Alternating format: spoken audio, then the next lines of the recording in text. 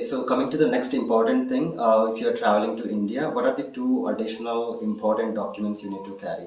So the first one is self-reporting. The second one is exemption approval. So how you fill the self-reporting? So as I'm showing here, you need to search for the Aid Suvidha self-reporting. So if you search for that, you will get a website called newdelhiairport.in. So just open that website. As I'm showing here, you need to enter your details like your contact number, passport number, and you need to enter your full name, date of birth, and you need to upload your copy of passport. And if you're traveling with the multiple passengers, then you need to enter the details for all the co-passengers as well. And the important thing here is you need to provide your flight number, which flight you are traveling by, and also the seat numbers. So if you don't have the seat numbers, please make sure you have the seat numbers reserved before even you fill the self-reporting. So that's a very important thing, because when we filled, we didn't have the seat numbers by the time we are filling the self-reporting. So we had to go back and reserve the seats again, and then come back and we fill the seat numbers. So this is the self-reporting. So as soon as you submit this, you will receive an email with the SR number, like a self-reporting number. So this is the first thing. Take the printout and carry with, like have at least 2 copies with you. So this is about self-reporting. And the next thing is exemption approval. So same thing, just search for Aid Suvidha exemption approval. So you would get into the same website, which is newdelhiairport.in.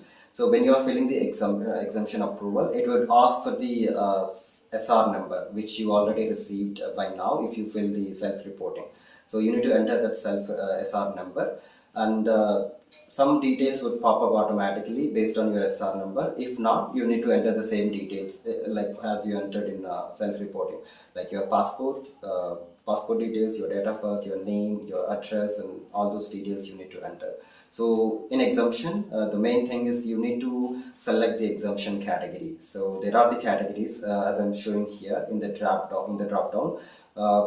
If you are a pregnant woman, so that is the one category, and if there is a death in the family, so that's another category, and if you have a COVID test results, that's one more, and if you have a child who is below 10 years, that's another category. So based on the category you select, you need to provide the supporting document. So if we selected COVID test, so that's why we had to provide the COVID test, which is done within 96 hours before boarding the flight. And if you select the reason as you have a reason as child below 10 years, you need to provide their passport as the age proof.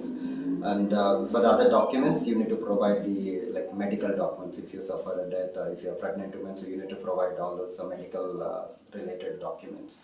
So you need to fill all those details, and once you submit, within 24 hours, you would receive a reply. If your exemption is approved, you are going to receive an ER number with like a PDF document saying your institutional exemption is approved. So what that means is you don't have to go to hotel, which is like institutional exemption is nothing but you need to stay in a hotel for 14 days. So that you don't have to do it. You can directly go home, and you need to stay 14 days at home, which is home quarantine.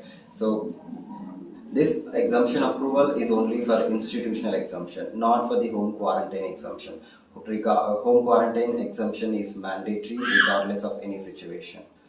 And also, so as soon as you land in Delhi airport, they would ask for this self-reporting form, and they would ask for this exemption approval.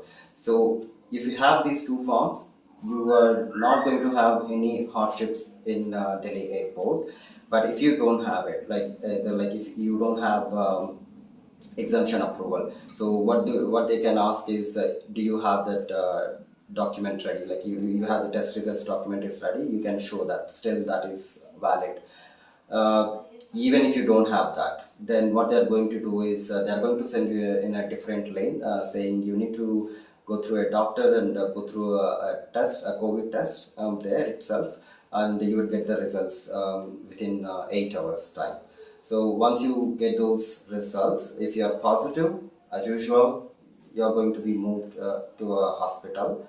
And if you are negative, so your exemption is approved, and you can, if you are traveling to the next domestic flight, you are allowed to travel by next domestic flight. Otherwise, you can just go. I mean, if you are Delhi resident, just go home and go home and do that 14 days of home quarantine. So this is all you can expect in New Delhi airport, and I think it's the same thing even for the Mumbai airport as well.